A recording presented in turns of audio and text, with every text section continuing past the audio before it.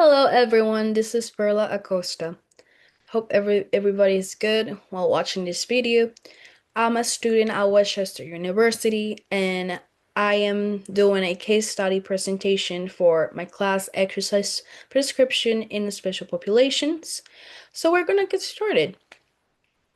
This presentation will cover the epidemiology and pathophysiology of depression, the benefits that exercise for individuals with this condition hold, how depression influences the body's exercise response, and the modifications and precautions needed for safe and effective programming. I will also discuss common medications and their effects on exercise, and conclude with research support and a simple prescription plan.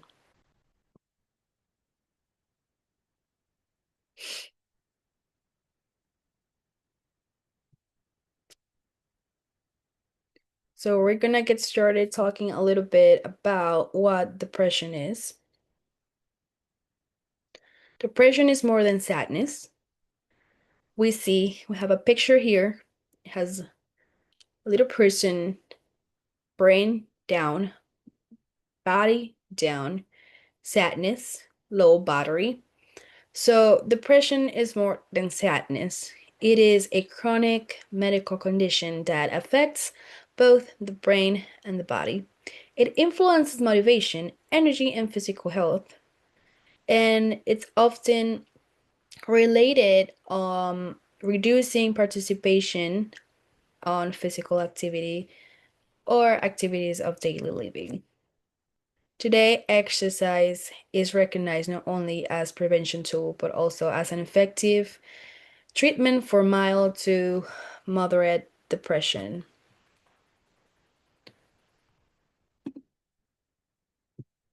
Epidemiology of depression.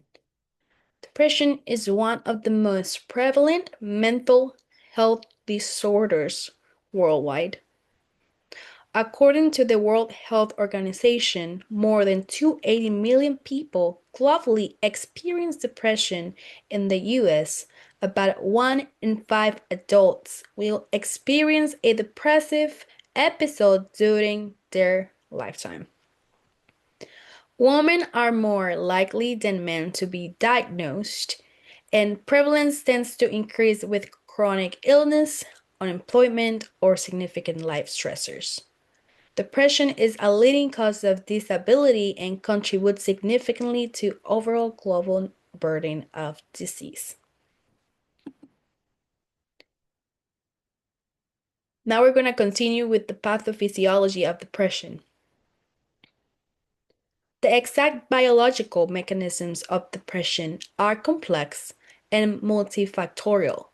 It involves dysregulation of neurotransmitters, such as serotonin, norepinephrine, and dopamine, chemicals responsible for regulation of our mood, motivation, and pleasure. Chronic stress also increases cortisol levels, leading to alterations in brain structures like hippocampus and prefrontal cortex.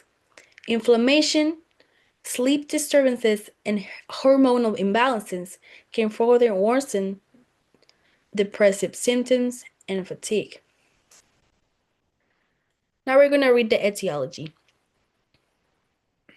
It is, involving genetics, neurobiological, environmental, and physical factors. It's characterized by persistent sadness, loss of interest or pleasure, associated with abnormal neurotransmitter, as mentioned, and it's linked to alterations in brain structure and function, including changes in the hippocampus and prefrontal cortex. How depression affects exercise response. Depression contributes to physical exhaustion, fatigue, poor adherence, reduced performance. In that order: depression, fatigue, poor adherence, reduced performance. But it also contributes to physical exhaustion, decreases interest and effort, leads to irregular exercise participation, and results in diminished physiological capacity. Now we're going to talk about the benefits of exercise.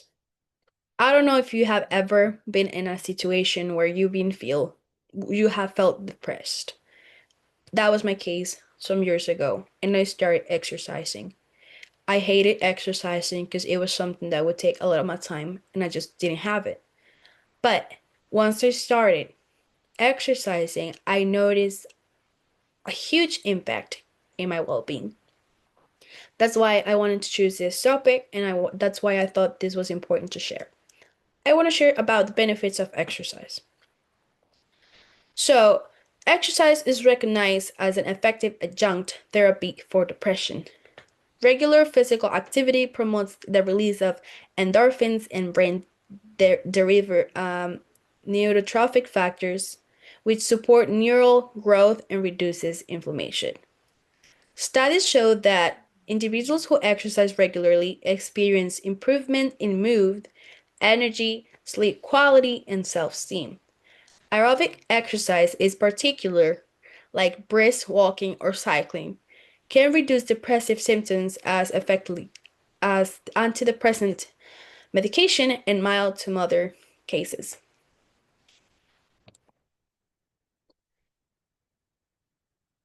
Here is a slide talking about common medications and exercise. But first, I want to add some information. And what I want to say is that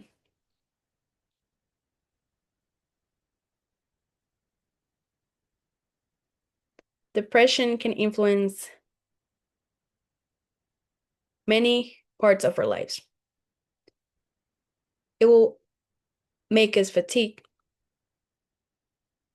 and it will lead us to be attached or connected to medication.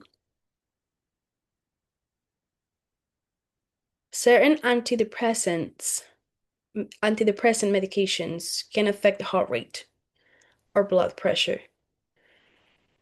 Because of this, exercise professionals must monitor mood, effort, and physiological responses closely throughout each session. It's good to keep in mind that with each person that we work on, just having the understanding that that person can be consuming medications, antidepressants, or anything related, lead us to stay focused and monitor closely through each session. To create a safe and productive environment, let's start at a low, moderate intensity and focus on gradual progression. Sessions should be enjoyable and attainable to promote adherence. Since you can see, here are some medication classes and the examples. Why is it important for us to start at a low, moderate intensity?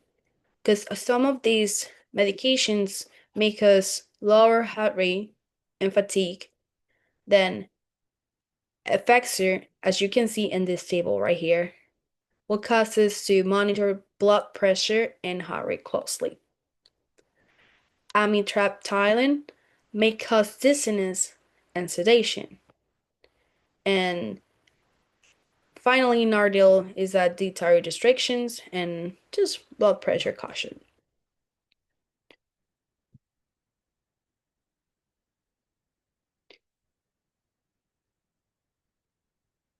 Before continuing with the research evidence, I want to add that according to the ACSM guidelines, the goal is 150 minutes of moderate intensity aerobic exercise per week, or about 30 minutes on most days.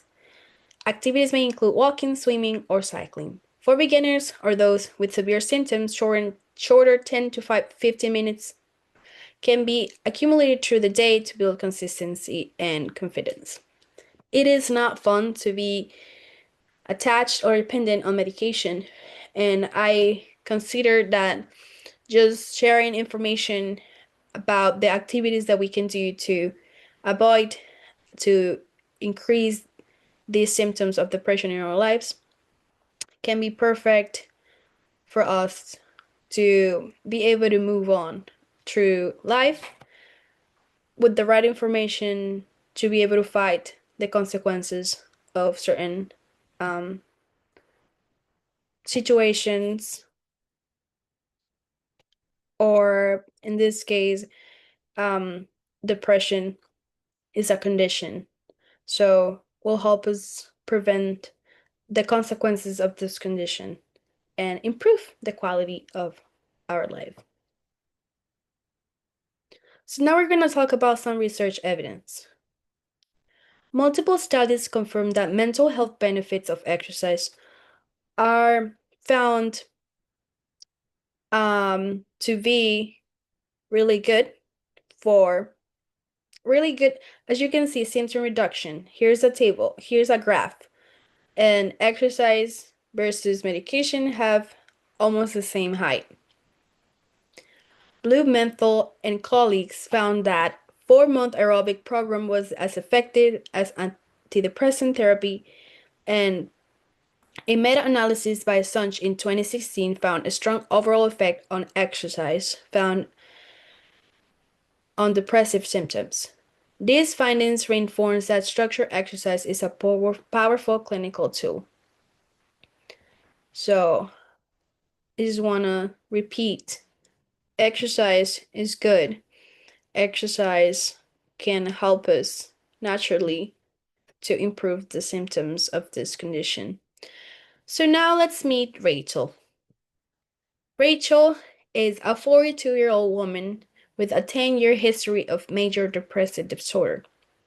She works full-time in customer service. She is currently taking sertraline, and she has low physical activity, spends most of the day sedentary. She was referred by her therapist to increase activity and improve mood.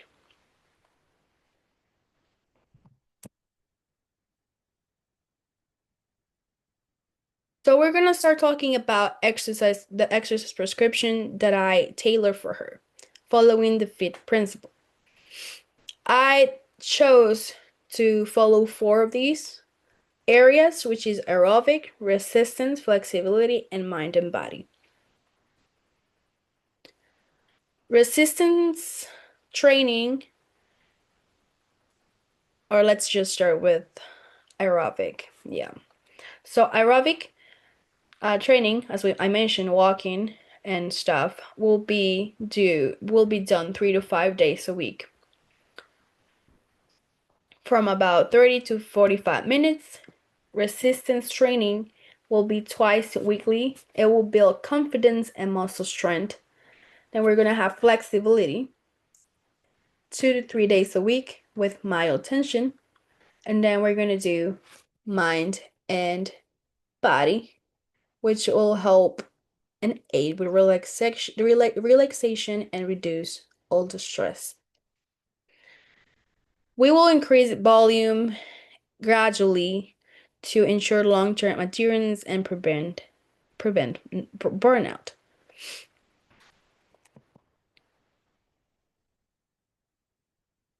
Modifications and special considerations. For her, since she's been diagnosed for such a long time with this disease, we will include some self-paced sessions, group support, and regular mood tracking. For clients on antidepressants like Rachel, it's often better to use perceived excitation instead of heart rate targets. The goal is to keep Rachel consistent and empowered, not pressured. Many of us go to the gym with the goal, and we put so much pressure on ourselves to meet that goal. For certain people with this condition, it is good to start increasing intensity and duration progressively so they don't feel pressured and it's more of an activity that they could enjoy. In summary, depression deeply affects both body and mind, but exercise provides measurable relief. Through personalized, flexible programming, we can help clients like Rachel experience physical vitality and emotional healing, remembering that movement truly heals the mind. Here's the reference used in APA 7th edition format. All data and recommendations are based on reputable, peer-reviewed research and ACSM guidelines.